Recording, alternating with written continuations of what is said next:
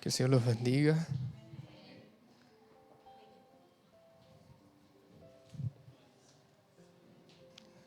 Amén. ¿Cómo están? Si gusta, puede tomar asiento.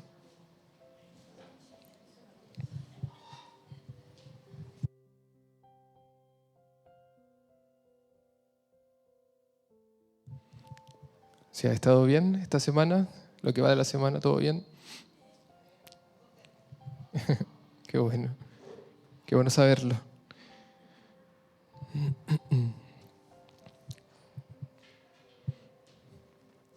Bueno, primero, darle gracias a la iglesia, a las hermanas que participaron en el Congreso de Jóvenes que se realizó el sábado pasado, a todos los que puedan haber estado orando también por ese evento.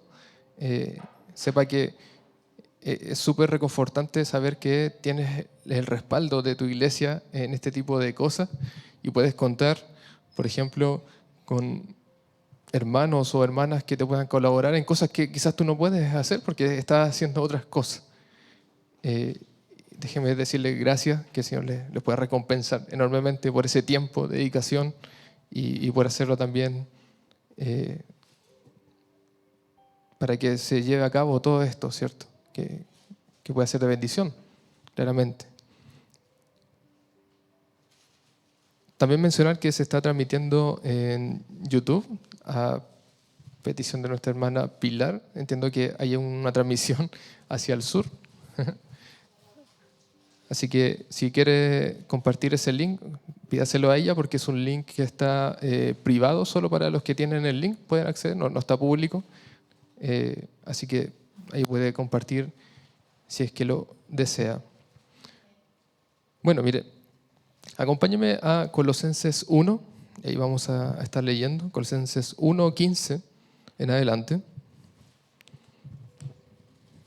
Colosenses 1:15 en adelante. Recuerde poner su dispositivo en silencio para que no pase algún mal rato.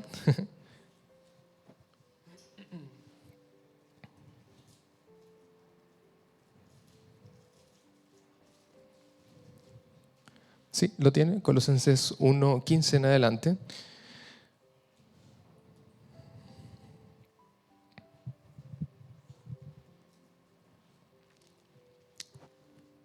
¿Ok? Colosenses 1:15 dice lo siguiente.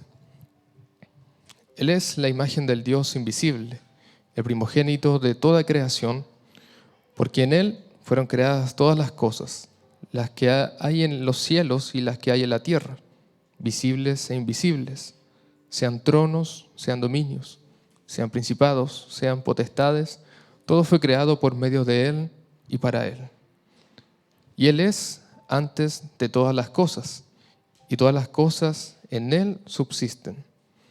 Y Él es la cabeza del cuerpo que es la iglesia, el que es el principio, el primogénito de entre los muertos, para que en todo tenga la preeminencia, por cuanto agradó al Padre que en Él habitase toda la plenitud, y por medio de Él reconciliar consigo todas las cosas, así las que están en la tierra como las que están en los cielos, haciendo la paz mediante la sangre de su cruz. Creo que sabe de quién estoy hablando, por supuesto. El Señor Cristo Jesús, amén.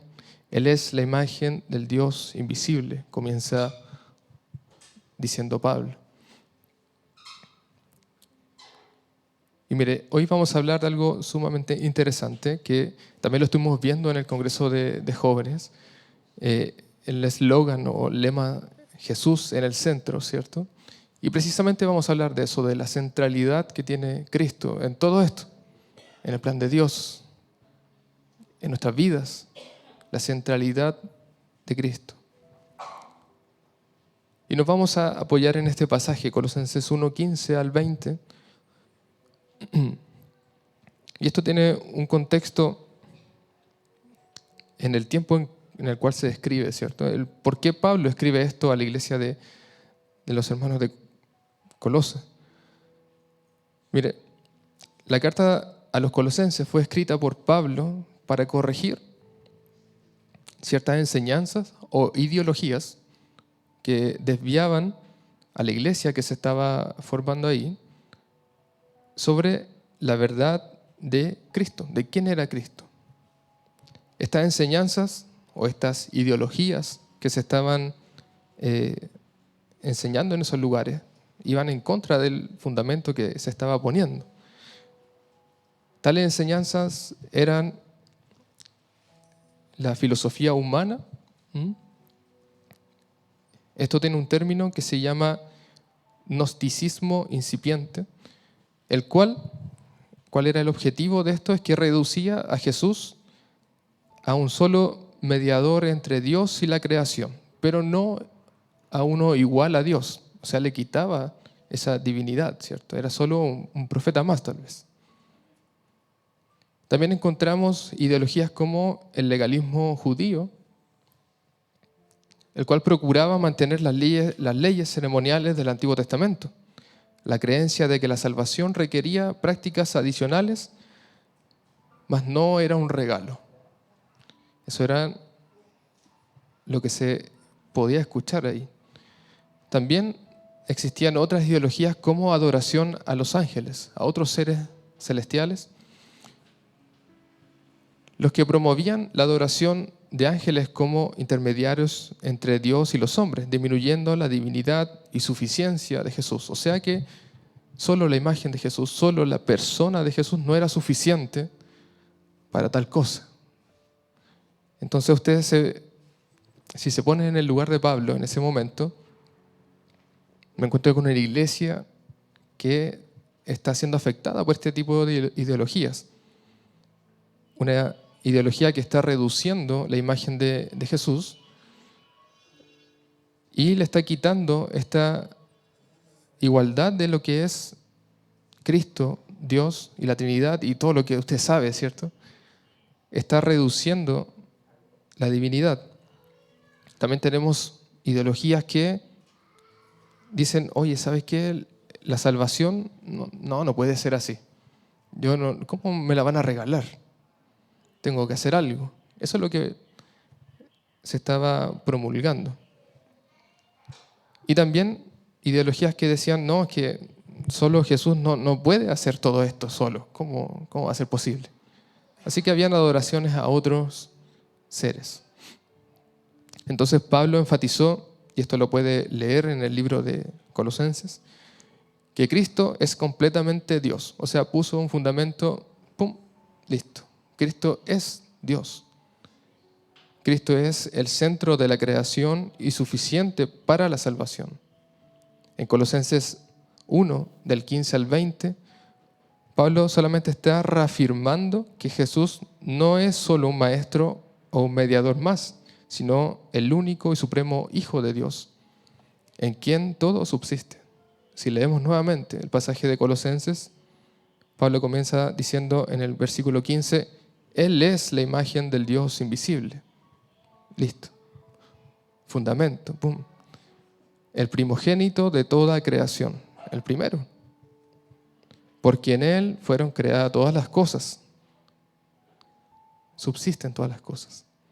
Las que hay en los cielos y las que hay en la tierra, visibles e invisibles, sean tronos, ¿cierto? Y todo lo invisible. Todo fue creado por medio de Él y para Él. Y Él es antes de todas las cosas. Allá hay un asunto de eternidad. Él es antes de todas las cosas. Y todas las cosas en Él subsisten. Pablo está solamente reafirmando lo que era realmente Cristo. Y está quitando todas estas ideologías que estaban afectando a la iglesia. Y Él es la cabeza del cuerpo que es la iglesia. El que es el principio, el primogénito de entre los muertos, para que en todo tenga la preeminencia. El primero en todo. Cristo. Él está, Pablo, afirmando estos cimientos, la preeminencia. Por cuanto agradó al Padre que en Él habitase toda plenitud. Y por medio de Él, y acá está reafirmando la suficiencia de Cristo, por medio de Él reconciliar consigo todas las cosas, así las que están en la tierra como las que están en los cielos, haciendo la paz mediante la sangre de su cruz. Pablo se encarga de quitar todas estas dudas que pueda tener la iglesia, por supuesto. Y muchas veces encontramos que estas dudas también afectan hoy en día a la iglesia. Y debemos recurrir siempre a las Escrituras para reafirmar nuestras creencias y que esto no nos afecte. Si no tenemos un buen fundamento, una buena base, claramente estas cosas nos van a afectar. Oye, no te pueden regalar la salvación, tienes que hacer algo. No, mira, la Escritura dice que es un regalo inmerecido. Él nos dio porque le plació, porque Él lo quiso. ¿Por qué yo voy a contradecirlo? Oye, es que no, Jesús no es suficiente, hay que alabar otro ser, no sé. Mira, Jesús es suficiente, dice la Escritura. ¿Me entienden? O sea, todo lo que te puedan decir estas corrientes filosóficas, ideologías muchas veces, tú las debes combatir con entender lo que dice la Escritura sobre lo que es Cristo. Si tú lo entiendes, tienes un fundamento claro, preciso y conciso. Amén. Déjeme hacerle una pregunta. Y quizás se toma su tiempo. ¿Qué significa para usted que Cristo sea el centro? Medítelo ahí un momento. ¿Qué significa para usted que Cristo sea el centro? Quizás, si yo le pregunto, ¿cómo me puede demostrar o ejemplificar que Cristo es el centro? Ya sea con una base bíblica, ya sea con un ejemplo de vida tal vez. ¿Qué significa que Cristo sea el centro?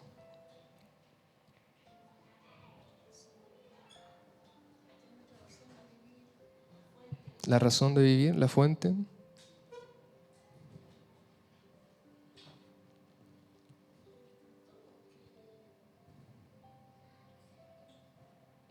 ¿Es el todo? ¿Mm?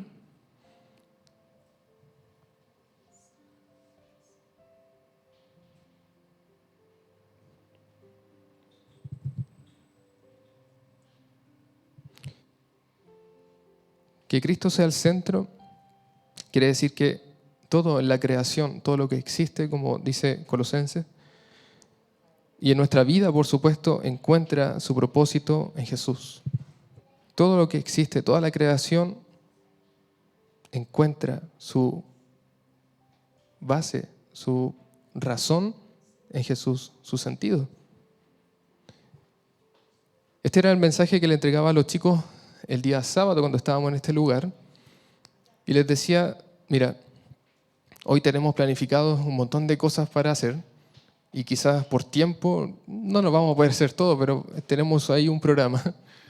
Y les dije, mira, pero lo importante es que, así como dice el lema de nuestro congreso, Jesús en el centro, quiero que entiendan que tanto en la alabanza, en la palabra, en el tiempo que compartimos cuando estábamos compartiendo una once, en las dinámicas que estaban preparadas, en todo eso está el Señor, en todo eso.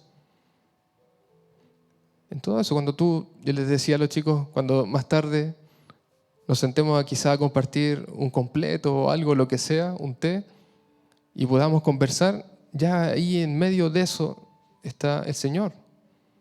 Tenemos en medio al Señor. En todo eso, en todo, está el Señor. Y si Dios está en medio, ¿cierto? Si podemos ver que el Señor está en medio de cualquier cosa de la que realicemos, es porque gracias a Cristo, ¿cierto? Como dice el pasaje de Colosenses, es que por medio de Él Dios reconcilió consigo mismo todas las cosas. Ahora tenemos acceso a la divina presencia de nuestro Padre Celestial.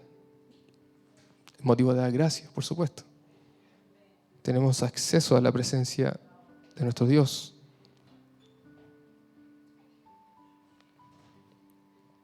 Entonces, mire, si lo está notando o quizás queda ahí grabado, ¿cierto? En el punto 1 vamos a ver que Cristo es el centro de la creación. Si me puede acompañar a Colosenses 1:16. Colosenses 1:16. Cristo es el centro de la creación. ¿Cierto? ¿Qué es lo que dice?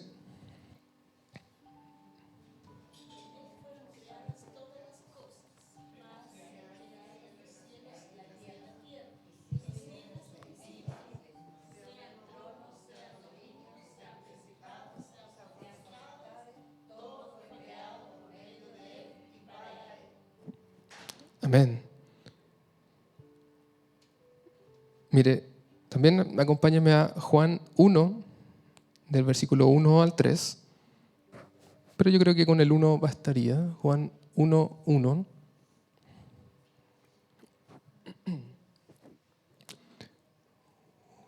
Juan 1:1.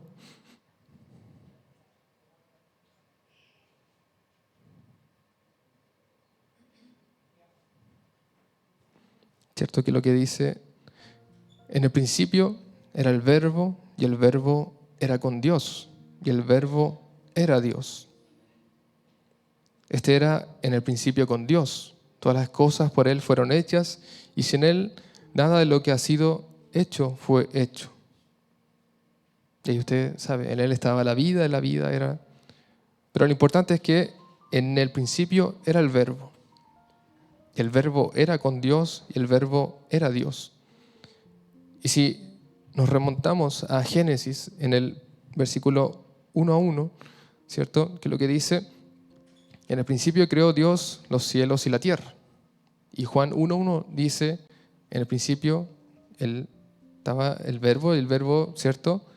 Cristo estaba ahí, en ese momento. En el Génesis 1:1, ahí también estaba Cristo, también. Porque en Él fueron creadas todas las cosas, las que hay en los cielos y las que hay en la tierra. Entonces, ¿qué nos dice esto? Jesús lo podemos ver acá como también siendo partícipe de la creación. En el principio de Dios, creó Dios los cielos y la tierra. ¿Cómo podemos nosotros, de alguna forma, agradecer esto? Si lo llevamos de cómo aplicamos esto, a cómo aplicamos la palabra y cómo agradecemos al Señor por ser parte de la creación. De una forma muy fácil. Mire, con el simple hecho de reconocer que todo lo que vemos y disfrutamos en la tierra, en la naturaleza, en nuestras vidas, tiene su origen en Cristo. Si a usted le gustan las montañas, ¿quién creó las montañas? Si a usted le gusta ir al mar, Dios. Si a usted le gusta el campo, si le gusta el sur, el norte, donde quiera que vaya, ¿quién lo creó? Dios. Por supuesto. Y en nuestras vidas también. Por ejemplo, cuando amanece, ¿quién permite que amanezca? Que todas las cosas, mientras usted se va a dormir y pierde, ¿cierto?, la conciencia durmiendo, ¿quién procura de que todo eso siga el curso normal y al otro día vuelva a aparecer el sol? El Señor. Todas las cosas en Él subsisten, nos dice Colosenses.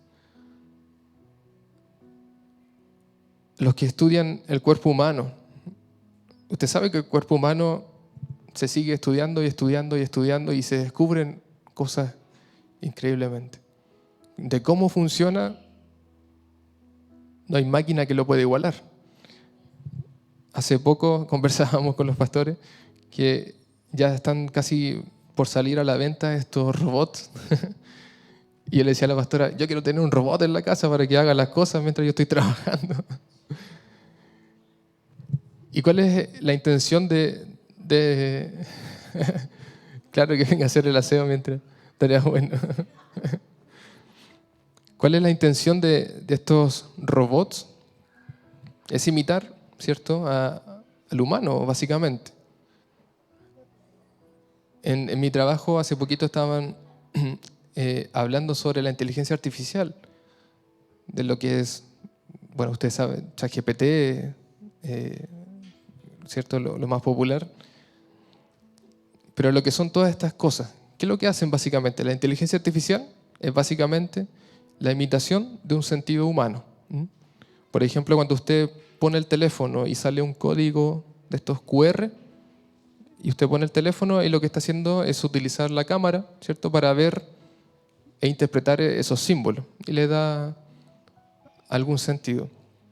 O cuando quiere, por ejemplo, usted, si tiene un texto que está en inglés y pone su teléfono para traducir ese texto, solo con la cámara lo va mirando y lo va traduciendo. Eso imita el sentido de la vista.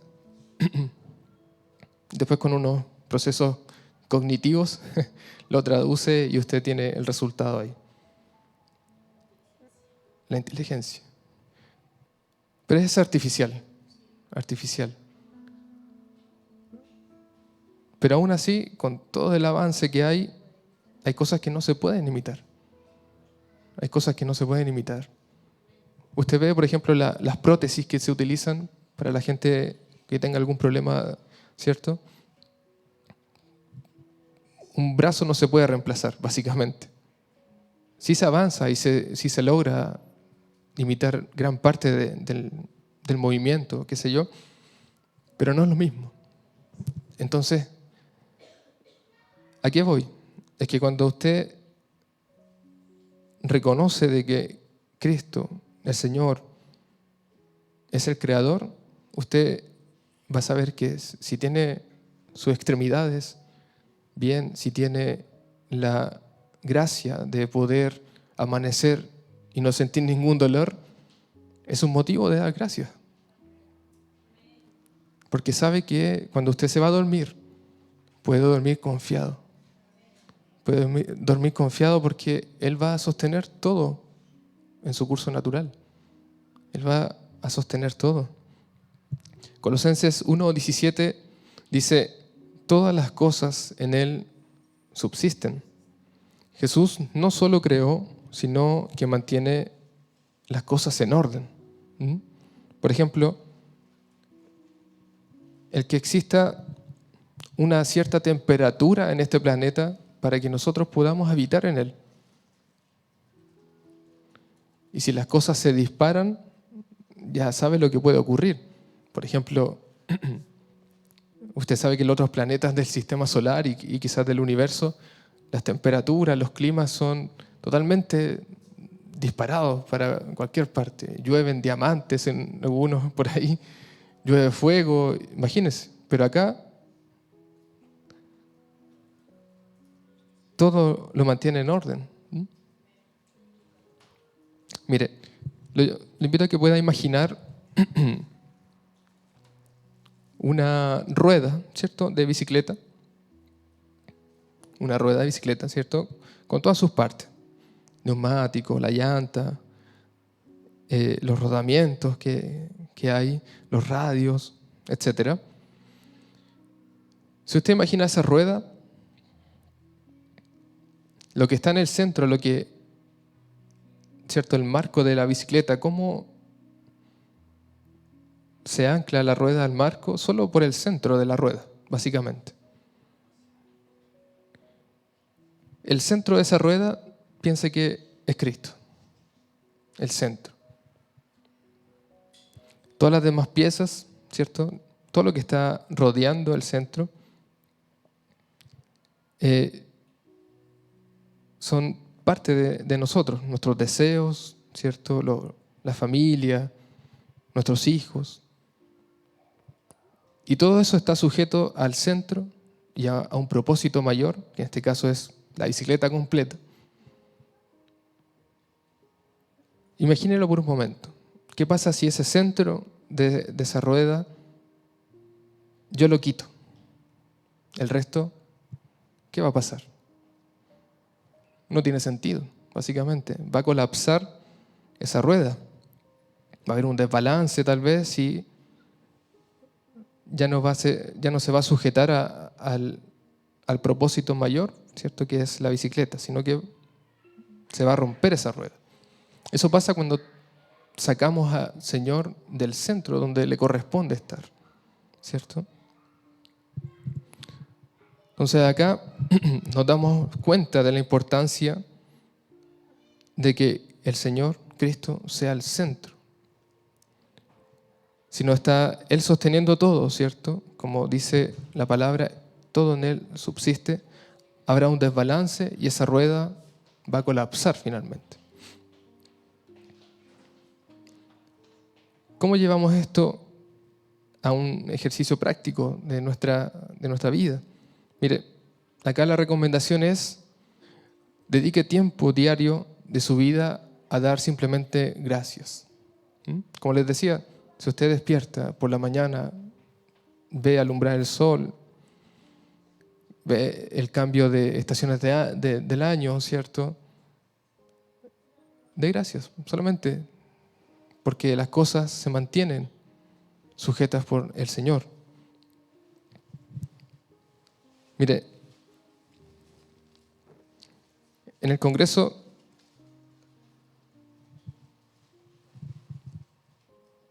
el hermano Raúl y David de la iglesia de Rancagua, que nos estuvieron compartiendo la palabra ese día, mencionaron algo sumamente interesante.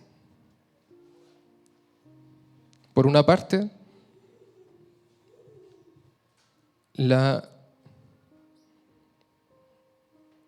por decirlo, la mal creencia de pensar que acercándonos a Dios todos los problemas se van a acabar.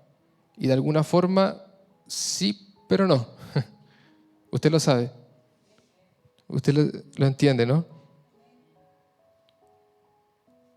Y entendemos que esto es porque, y aquí había un ejemplo que nos mencionaban los chicos, que si yo tengo una fruta, una naranja, por ejemplo, y quiero obtener y hacer un jugo de naranja, ¿qué voy a hacer con la naranja? La voy a partir, exprimir y voy a tener ese jugo. Eso no nos habla, ¿cierto?, de que hay un proceso. Pero ¿qué es lo interesante? Es que la naranja siempre tuvo el jugo dentro. ¿Me entiende? Siempre tuvo el jugo dentro. Así somos nosotros. Tenemos dentro de nosotros el Espíritu Santo que está ahí. Pero hasta que tu vida no es trabajada, exprimida, como nos mencionaban los chicos, no va a fluir lo que está dentro tuyo.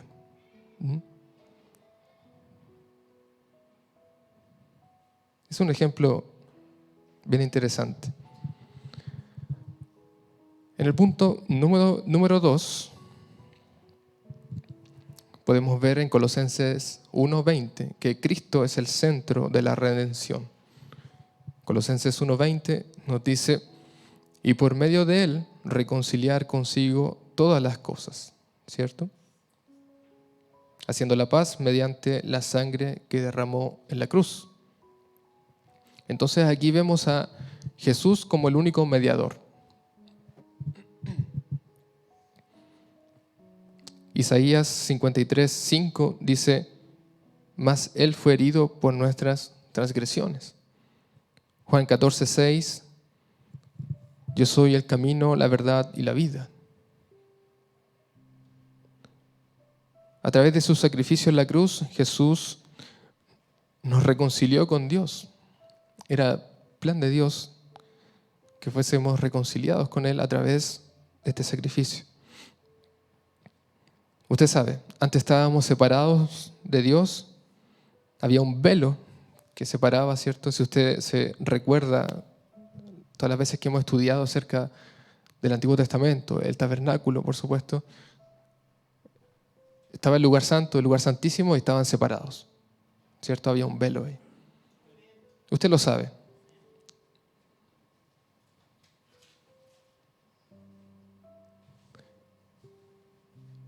La reconciliación, ¿cierto?, tampoco tiene límites,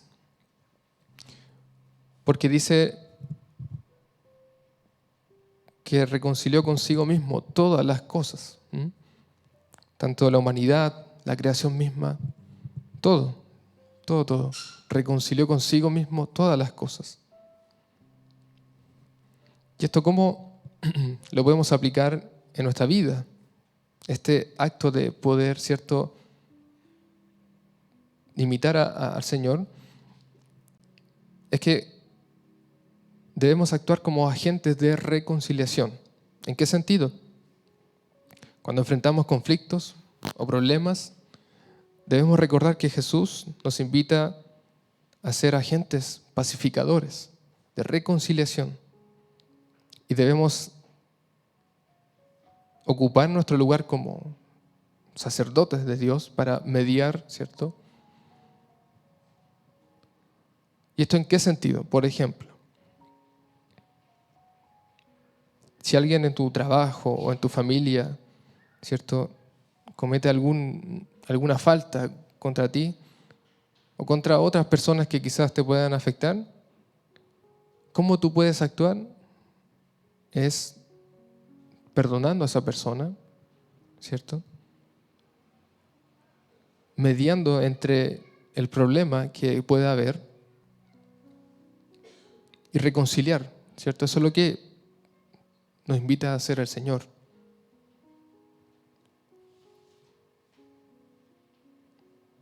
Yo soy el camino, la verdad y la vida. Amén. En el punto número 3, en Colosenses 1:18,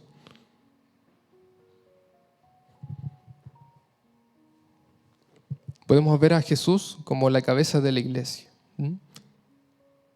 Él es la cabeza del cuerpo, que es la iglesia, ¿cierto?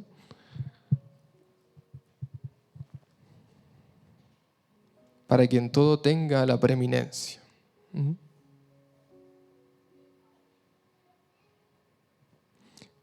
Si me puede acompañar a Efesios 4, del 15 al 16, Efesios 4, 15 y 16, sino que siguiendo la verdad en amor, crezcamos en todo en aquel que es la cabeza, esto es Cristo, de quien todo el cuerpo, bien concertado y unido entre sí por todas las coyunturas que se ayudan mutuamente, según la actividad propia de cada miembro, recibe su crecimiento para ir edificándose en amor. Si Jesús es la cabeza, todo nuestro servicio y adoración deben girar en torno a Él. Lo debemos poner en el centro. Como les decía, en esta rueda, el centro lo sostiene todo. Entonces, esto es muy relevante porque si lo lleva a su vida personal, ¿cierto?, usted se puede llegar a preguntar, ¿qué estoy haciendo en mi vida que pueda estar desviando mi atención de ese centro? ¿O qué estoy haciendo mal que en mi centro realmente no está el Señor? ¿Cierto? Y si lo llevamos a la iglesia, esto nos lleva a un punto quizás como líderes, ¿cierto?, como pastores también de la iglesia, a siempre estar revisando qué estamos haciendo, qué se está enseñando, ¿cierto? Y siempre nos estamos preguntando, oye, ¿esto se estará desviando del propósito que es enseñar a Cristo, predicar a Cristo? Y siempre estamos preguntando eso. Jesús es la cabeza de la iglesia.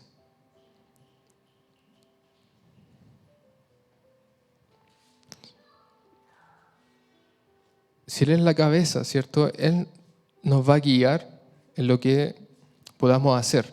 En Proverbios 3:6 dice, reconócelo en todos tus caminos y Él enderezará tus veredas o sendas también. ¿Cómo llevamos esto a nuestra práctica, a nuestra vida? Consultar a Dios en oración antes de tomar decisiones importantes.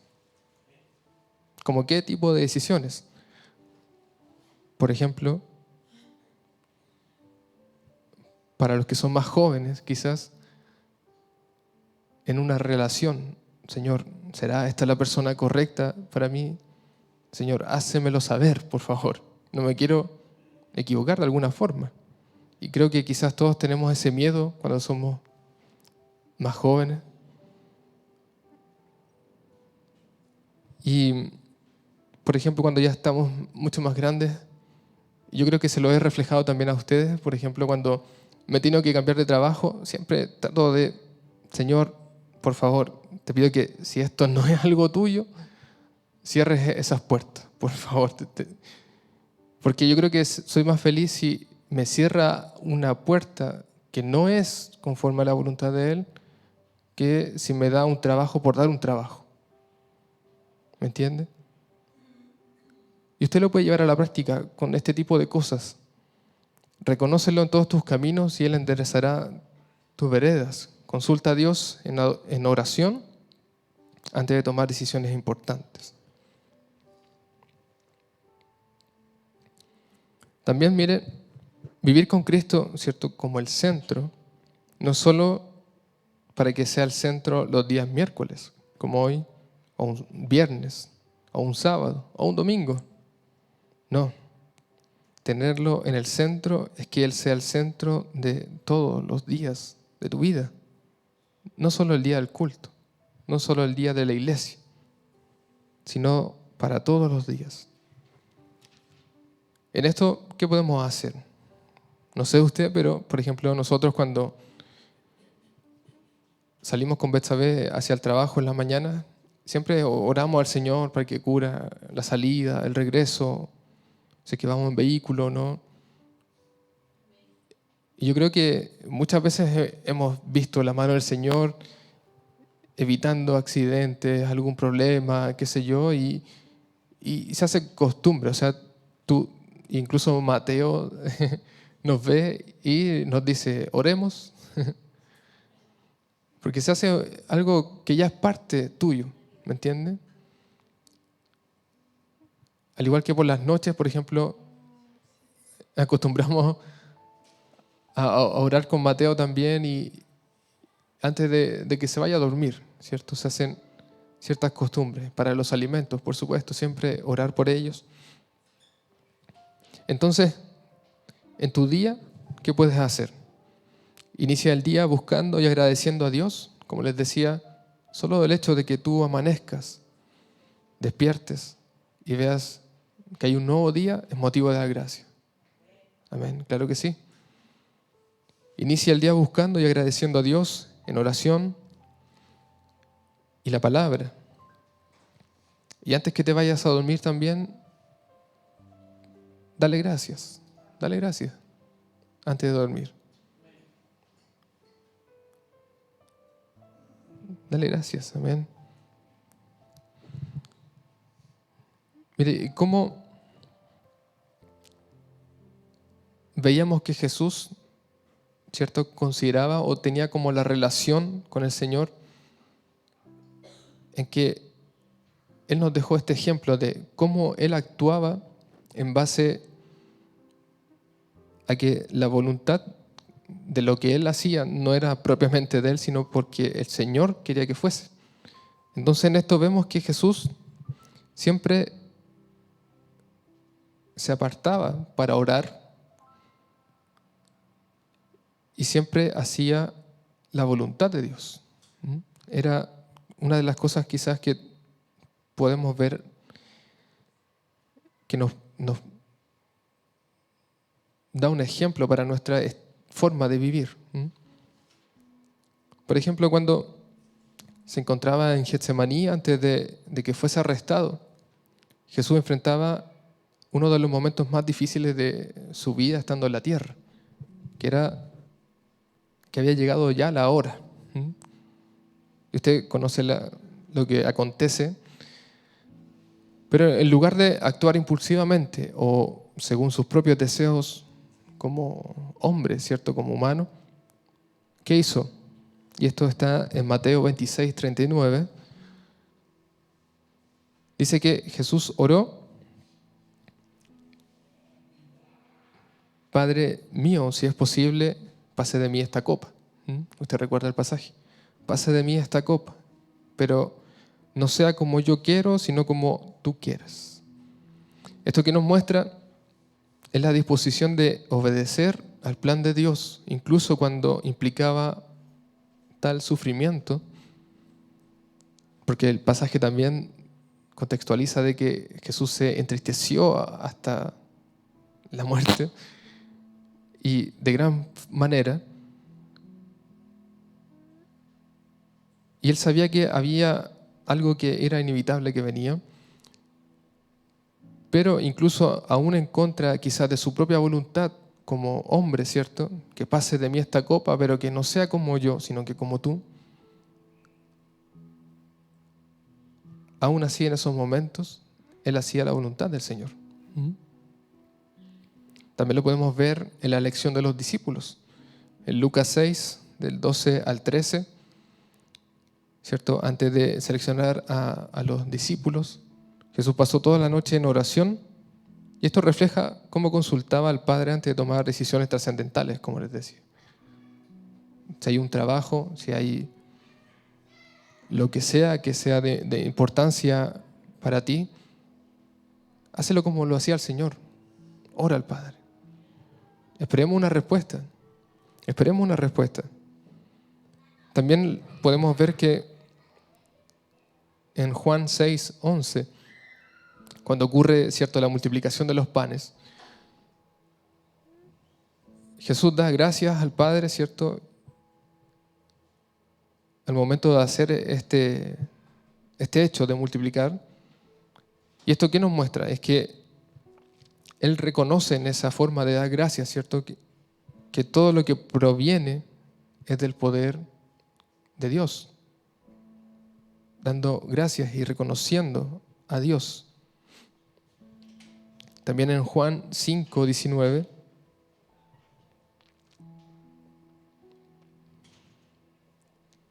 Jesús declaró: el Hijo no puede hacer nada por su cuenta, sino solamente lo que ve hacer al Padre. ¿Esto qué nos refleja? Es que cada acción que Jesús realizaba estaba alineada con el propósito y dirección de Dios. Amén.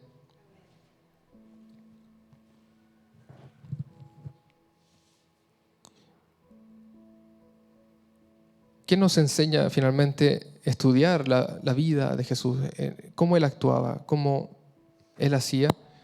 Es que nos enseña a buscar la voluntad de Dios en oración, por ejemplo, antes de hacer cualquier cosa. Especialmente en las decisiones importantes que debas tomar. Amén. A través de su ejemplo vemos la importancia de vivir en obediencia, confiando en que los planes de Dios son perfectos, incluso cuando no los entendemos por completo, o cuando quizás tú no quieres que sea de esa forma, pero si el Señor quiere que sea de esa forma, obedecer. Este enfoque centrado en Dios, ¿cierto?, debe ser el modelo para nuestra vida diaria.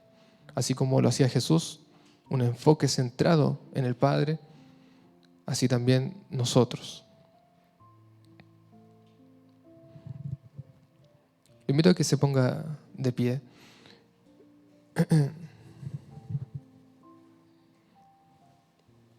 Finalmente, concluir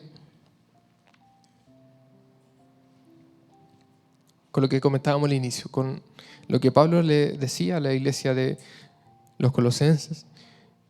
Jesús es el centro de la creación, la redención y de nuestras vidas. Y esto me lleva a lo siguiente. Si Él lo sostiene todo, ¿cierto? Todas las cosas en Él subsisten, dice la palabra. ¿Cómo podemos no confiarle nuestras preocupaciones y deseos? Si todo lo que Él sostiene está, ¿cierto?, sujeto, como era esta rueda, en su lugar para que funcione correctamente. ¿Cómo no podemos confiarle a Él? Entonces, miren, solo que lo pueda meditar ahí un segundo, si quiere cerrar sus ojos, tal vez, mientras podemos adorar. Lo invito a que medite en esto, en esta siguiente pregunta. ¿Hay áreas en tu vida donde Cristo no está en el centro? áreas personales tal vez, en tu familia, en tu círculo más cercano, en tus hijos. ¿Hay algo donde Cristo no esté en el centro? Tú sabes que hay cosas que están desbalanceadas y quizás hay un desequilibrio y falta algo que poner ahí en el centro. Esas cosas que van a estar desbalanceadas, llevémoslas delante del Señor y pongámoslas ahí pidiendo que nos guíe para precisamente volver a poner en el lugar que corresponde al Señor, en el centro de todo.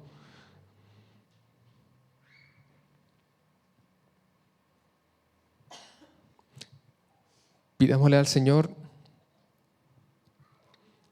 que pueda quitar todo lo que esté ocupando el lugar que a Él le corresponde.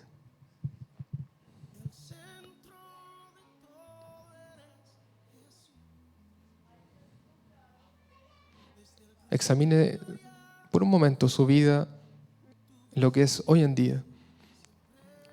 ¿Hay algo donde hay un desbalance?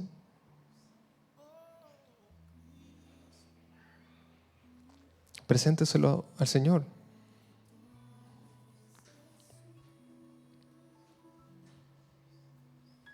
Tal vez si las cosas no han salido como esperabas, consultemos al Señor.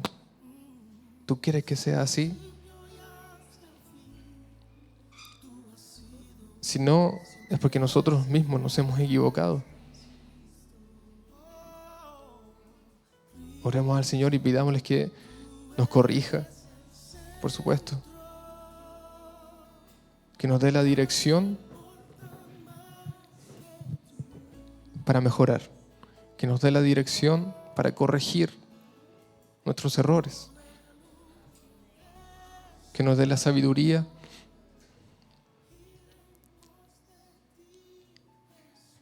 para llevar a Cristo al centro de nuestras vidas.